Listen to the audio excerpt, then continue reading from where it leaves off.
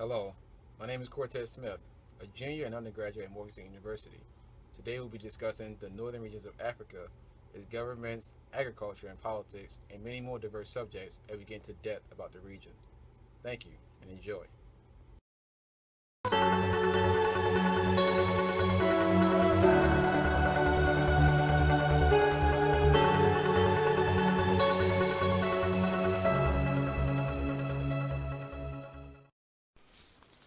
Africa is the land of much luxury and wonder.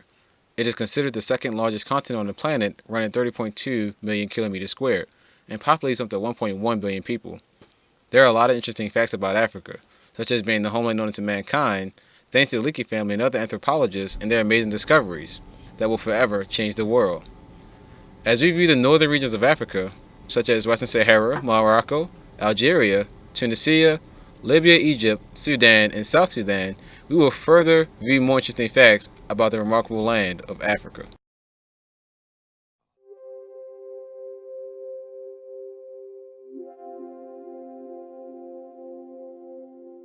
The Western Sahara is a disputed territory located near the Maghreb area of North Africa, being bordered by Morocco up north with Algeria to the northeast.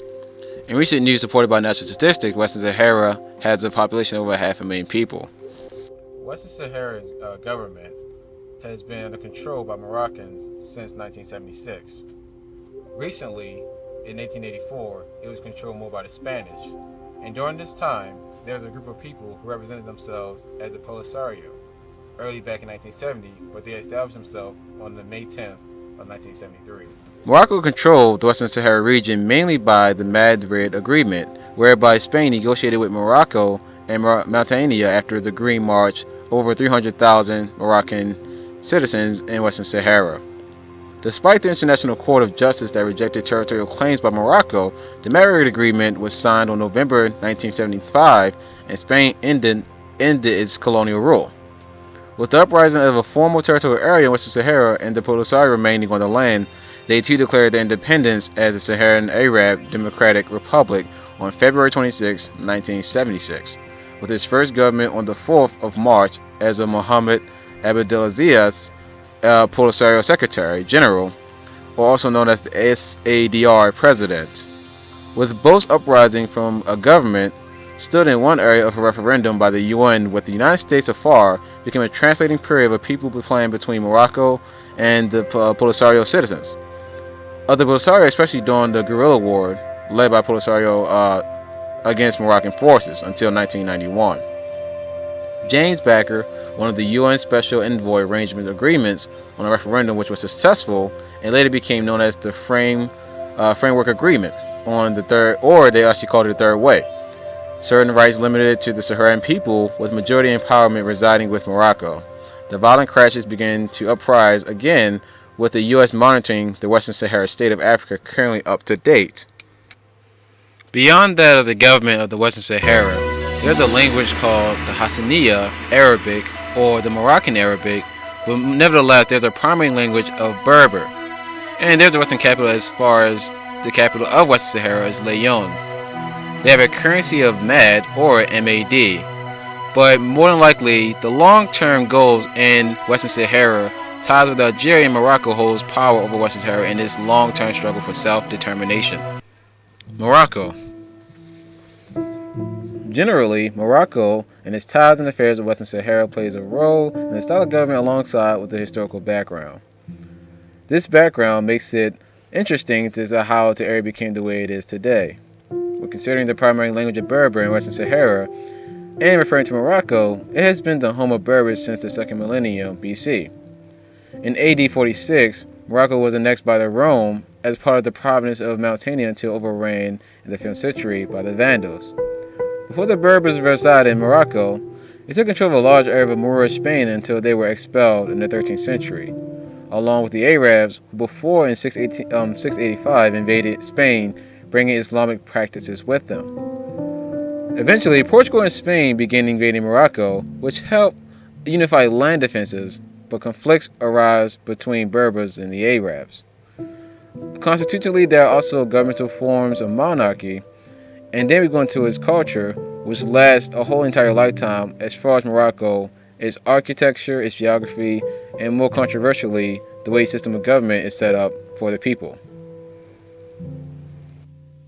History and culture are actually tied into the museums of Marrakech and Morocco. Housed in the Dia Am Nebi Palace in the center of the city, it is said that the museums give a clear insight on the history and culture of Morocco. The palace itself is a superb example of some of the Andalusian, I believe, Andalusian, they may call it, classical architecture that opened up in 1977.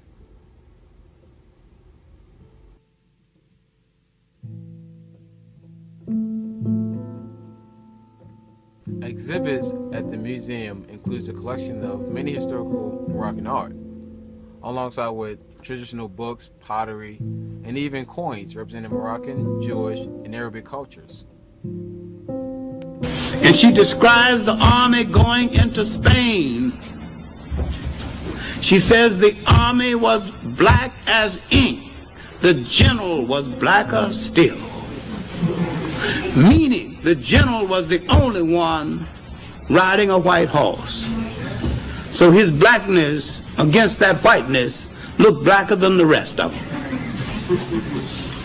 But the horse was better dressed than the kings of Europe, with silk and brocade. Islamic armies, their ranks dominated by African converts, defeat the Romans and push on to the continent of Europe. In the process, they capture Spain. There, the Africans and Arabs create a rich, cultured, and powerful empire. So powerful, it endures for 500 years. The achievement of the Arabs at this time is they have driven the Europeans out of the Mediterranean. The European now must go back into Europe. They have no empires, no great connections outside of Europe. And because of this, they ultimately would go into a period called the Dark Ages. Algeria. When considering Algeria, it has a unique architecture, even when considering bridges such as the Benin Haran or Mila for different terms. Its environment in different areas are actually suitable for double inhabitants, meaning water below or land above, or sometimes simply trees that stands above the landmass of water, such as the Al Khala Etor. Beyond that far side of K Hinchilla for a winter chill away from normal sunny conditions to experience some variation in seasonal visits, like some tourists who come down into Algeria. There is also the Elizi and the Hajel, which is also a different area in which to experience such seasonal variations. A lot of entertainment doesn't just come from within the natural environment. Just to get into detail, Germany battle to win over Algeria in the World Cup round 16 is one of the most fascinating things that Algeria has experienced as a country thus far in 2014. They actually had won their first in 1990, and it seems to be a 24-year difference later on in the World Cup as they challenged Germany for the World Cup, in which they did lose but yet showed a lot of unique progression as far as their social connections. German back four round. The goalkeeper in the end does very well. For a moment I thought, what on earth is he doing? He looks like... But far more beyond that of sports, you still have the geographical regions that just stands out as a nice and beautiful sight to see when in Algeria, such as the Notre Dame d'Afrique. But nevertheless, as yet you get more into the historical factors present in Algeria, you can also see some monumental buildings that also ties into its history. Historical to modern architecture, when including Makim Akid, an iconic monument for the Algerian War for Independence. It was initially opened in 1982 as Algeria celebrates its 20th anniversary in 2015. The French conquest of Algeria began in 1830 with the French occupying regions of the land through traditional patterns of land ownership. The occurrence of migrating French colonists re-emerged in 1881, ultimately causing a relationship between the French and the Algerians on the basis of racist colonial power and violence. It adds up to a complete total of 8 years when connecting the initial starting point when Algeria insertion was organized by the National Liberation Front, Nearly 1 million Algerians died during the 8-year period, but later, in 1962, Algeria became independent of its French rulers. Surprisingly, in Algeria, politics is a big deal. To be honest, there are oil prices slumped that seems to be Algeria's latest issue, as you may run across in the media. Some protesters have formed around Tougat and Sahran City, resulting in some men dying, as what they seem to call the crash between protesters and police. As far as the oil prices go in Algeria, there was to be barrels sold through, I think, exports and imports, in which the barrel has dropped below $50. In January, and the country's main trade should be around $121 per barrel rather than $50, to avoid such a budget deficit, and it would be considered a red flag for Algeria as a country reaching 83% in 2014 for the first time in 15 years.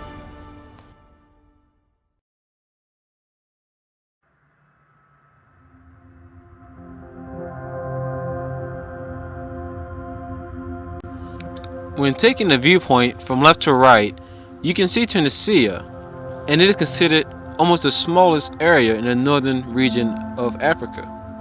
But this country, although very small, contributes to the historical independence as a country from France, which is more earlier than Algeria in 1956.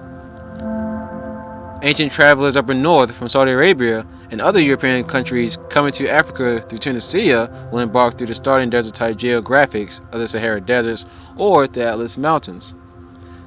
These areas played a major role during the ancient period of Carthage, or where some may think of Queen Dido and her love affair, or the Phoenicians, which are the actual founders of Carthage, and then you have the Roman province of Africa.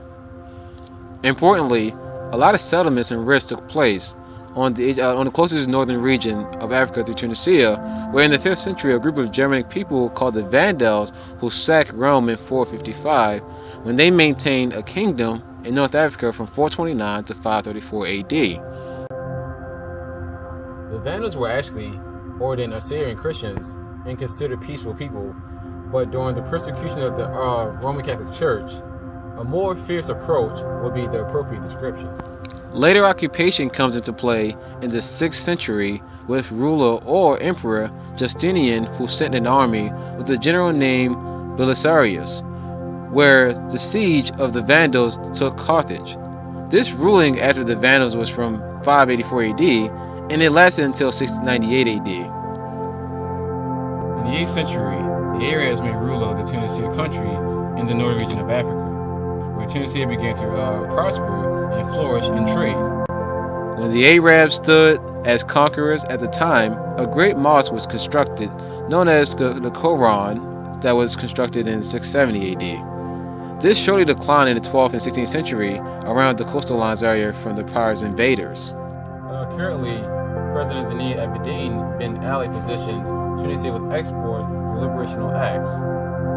As the main holder of income, he positions Tunisia exports and their status ranked alone as one of the most competitive countries